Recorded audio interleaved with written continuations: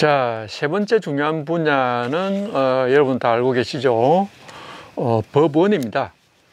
법원이 일반적으로 여러분들이 알고 있는 서울중앙지방법원, 청주지방법원 하는 그런 법원이 아닙니다. 그런 법원은 법정이라고 하기도 하는 그 법원으로서 영어로 코트를 이야기하는 것이죠. 그런데 여기서 이야기하는 법원은 법의 연원, 그러니까 뭡니까? 법의 그런 기초자료, 그러니까 영어로 source of law라고 하는 거죠. 그래서 법에는 어떤 범위가 포함되어져 있느냐, 법의 근거가 무엇이냐 하는 그런 범주를 의미하는 것이죠. 이것이 자주 출제가 됩니다. 왜냐? 사회복지사가 전체 법 구조가 어떻게 되어 있느냐 이것을 알아야 되기 때문에 우리나라 법치행정에서 기본적인 법 구조를 모르면 안 되겠죠. 자, 그래서 법원의 종류는 성문법과 불문법이 있다. 그것은 뭐 당연한 거죠. 성문법은 뭡니까? 문자화 되어 있는 거고, 불문법은 문자화 되지 않은 것이죠. 그 다음에 국내법과 국제법이 있다 하는 거죠. 그런데 성문법은 헌법, 법률, 명령, 규칙, 자치법규가 있고, 자치법규는 조례, 규칙이 있죠. 그 다음에 불문법은 관습법, 판례법, 조례가 있고, 국제법, 이 사회복지법제론에서 국제법도 아주 중요합니다. 그런데 국제법이 지금까지 출제는 안 되고 있어요.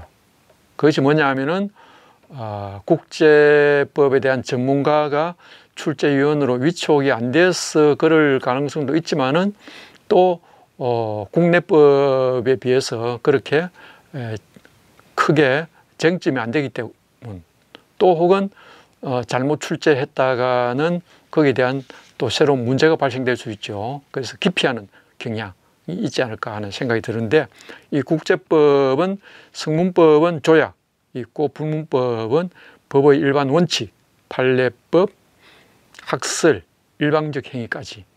그러니까 국제법은 오히려 불문법 중심으로 되어 있고, 국내법은 성문법 중심으로 되어 있다 하는 것이죠. 자, 그래서 이 성문법에서 처음으로 나오는 것은 헌법입니다. 여러분들이 이 헌법의 개념을 제대로 이해하셔야 되는데, 일반적으로 헌법은 국가의 근본법, 규범주거인 규범, 국가의 최고 기본법 이렇게 표현하는데, 거기서 보면은 헌법, 민법, 형법, 기본 3법이라 그러죠. 그럼 다 형제들이냐 이런 느낌이 있지 않습니까? 또 한자로 보면은 헌법, 민법, 형법 다 법법자가 들어가죠. 그게 전혀 아니다는 거죠. 이것은 제가 볼 때는 이 용어를 아마 일본의 용어를 그대로 우리가 채택을 했을 건데, 이 용어 자체가 잘못된 거예요. 자, 그것은 영어로 보면은 헌법은 컨스티튜션이죠. 민법은 시빌 액트죠. 형법은 크리미널 액트죠. 그러면은 영어로 보면은 전혀 다르다는 거예요. 헌법, 민법, 형법이 같은 형제들이 아니고, 헌법은 아버지나 하느님이나 그런 어떤 지배자의 개념이고, 민법, 형법, 상법, 노동법, 그 다음에 사회보장법, 사회복지법제론 각종 법들은 그 헌법의 그 아들이나 딸이나 그런 수준이 완전 다른 건데, 같이 법자가 붙어 놓으니까 비슷하게 이렇게 보는데 완전 다르다는 걸 알아야 됩니다. 그래서 이것은 제가 볼 때는 용어 자체가 잘못되었다는 거죠. 그래서 헌법을 법이 안 들어가는 말로, 새로운 말로 고치는 것이 사실은 바람직하다고 보고 있어요. 그렇게 여러분들이 헌법을 인식하고 헌법 규정을 공부를 하셔야 됩니다. 자, 거기 보면은 이제 헌법은 많은 조문들이 있고, 이 많은 조문들이 대체로 다 자주 출제됩니다.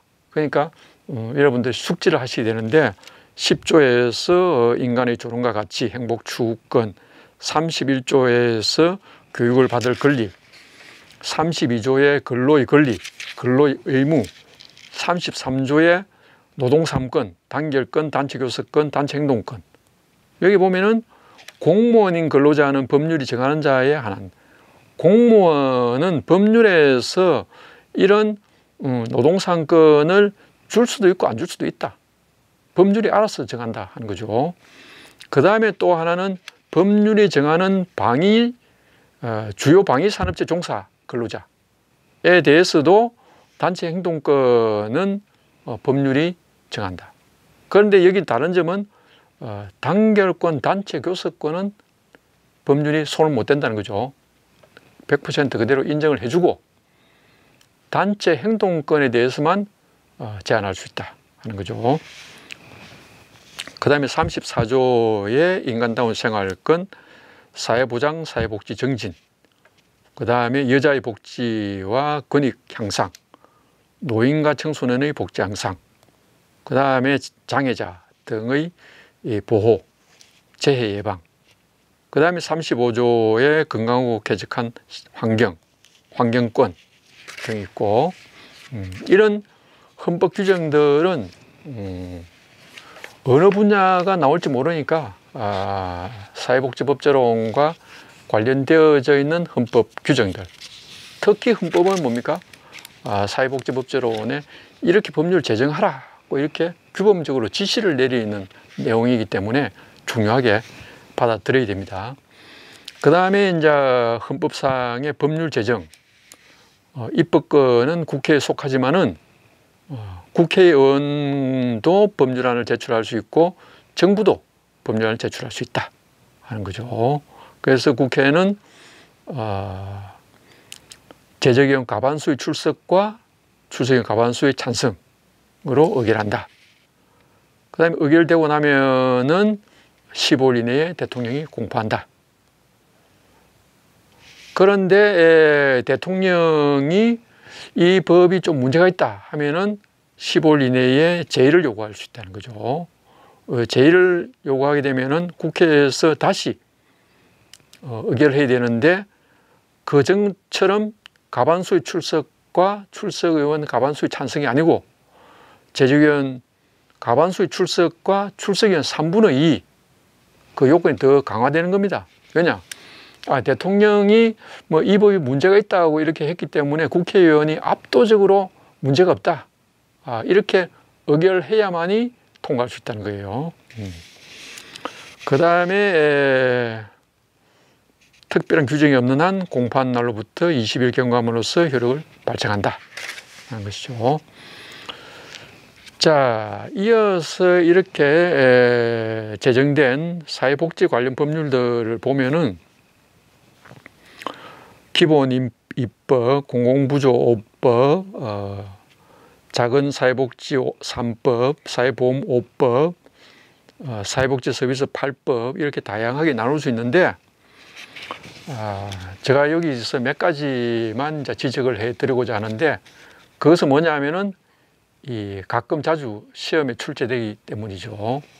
여기서 소관부처는 100% 보건복지부다. 딱 이렇게 알고 있으면 됩니다. 100% 보건복지부인데 예외가 있다. 예외가 뭐냐? 주거급여법. 주거는 뭡니까?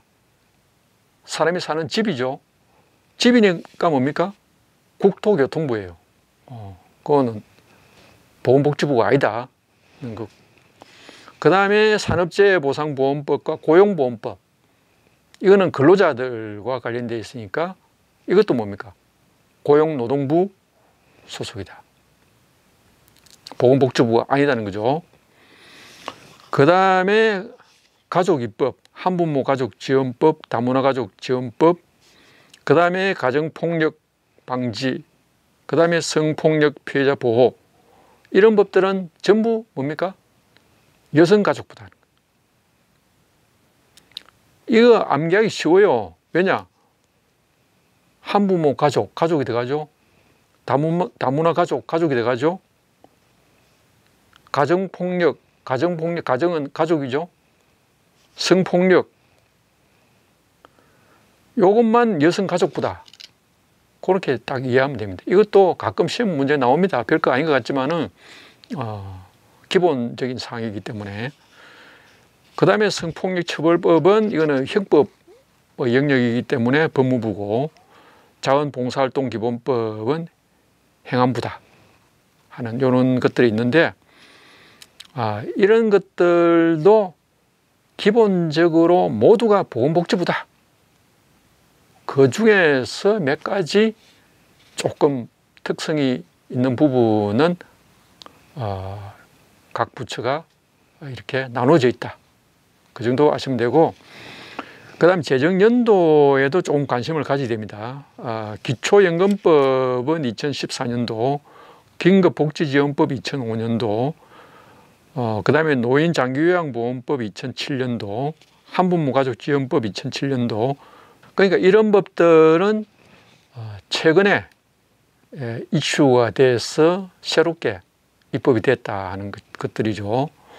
그 전에 뭐 자금복지, 아동장애인 노인복지, 그 다음에 건강보험, 연금, 산재, 이런 법들은 뭡니까? 다 그 전에 있었다는 거죠. 그런데 그 중에서 고용보험법은 그나마 좀 늦게 제정됐어요. 1993년인데 고용보험법은 이제 경기가 불안하고, 그 다음에 뭡니까? 실업 문제가 제기됐을 때 가장 늦게 제정된 것은 노인장기요양보험이죠. 이거는 고령화 사회니까. 그러니까 5대 사회보험 중에서 제일 늦게 제정됐다 하면 당연히 요양보험이죠. 그 다음에 한부모가족, 다문화가족, 그러니까 이런 것들은 뭐 재정연도에 대해서도 가끔 출제가 되는데 기본적으로 알고 계실 필요가 있다 하는 거죠. 그 다음에 명령 규칙, 명령은 대통령령, 국무총리는 총리령, 각 부장관은 부령 이렇게 내리는 것이고, 자치법규, 자치법규도 중요합니다. 왜냐, 요즘 지방자치 시대이기 때문에 지방자치단체는 조례와 규칙이 있다 하는 것이고, 지방자치단체는 법령의 범위 안에서 자치에 관한 규정을 제정할 수 있다. 그러니까 법령이 위반되면 안 되는 거죠. 그 다음에 법령의 범위 안에서 조례를 제정할 수 있다. 그 다음에 지방자치단체장은 법령이나 조례가 위험한 범위 내에서 규칙을 제정할 수 있다. 이런 것들을 다 알고 계셔야 돼요. 지방자치단체가 어느 범위의 입법권을 가지고 있느냐. 그 다음에 지방자치단체의 장의 권한과 의회의 권한이 어떻게 되어 있느냐 하는 거죠. 조례라고 하는 것은 뭡니까? 지방의회의 국가로 볼 때는 국회와 같은 그런 기능을 하는 것이죠. 이런 것들을 다 잘 아셔야 되고, 그 다음에 조례의 제정과 개폐, 청구도 관심을 가지셔야 됩니다. 그 다음에 불문법에는 이제 관습법, 판례법, 조리가 있는데, 이 중에서 조리가 뭐냐? 사물의 이치라든가 사물의 본성이라든가 뭐 일반 상식이라든가 일반 원칙이라든가 뭐 이런 의미를 가지고 있는데, 다음 중 조리에 관한 설명으로서 맞는 것은 틀린 것은 이런 문제도 출제될 가능성이 있습니다. 여기까지가 우리가 법원에 대해서 3장 강의를 마치도록 하겠습니다.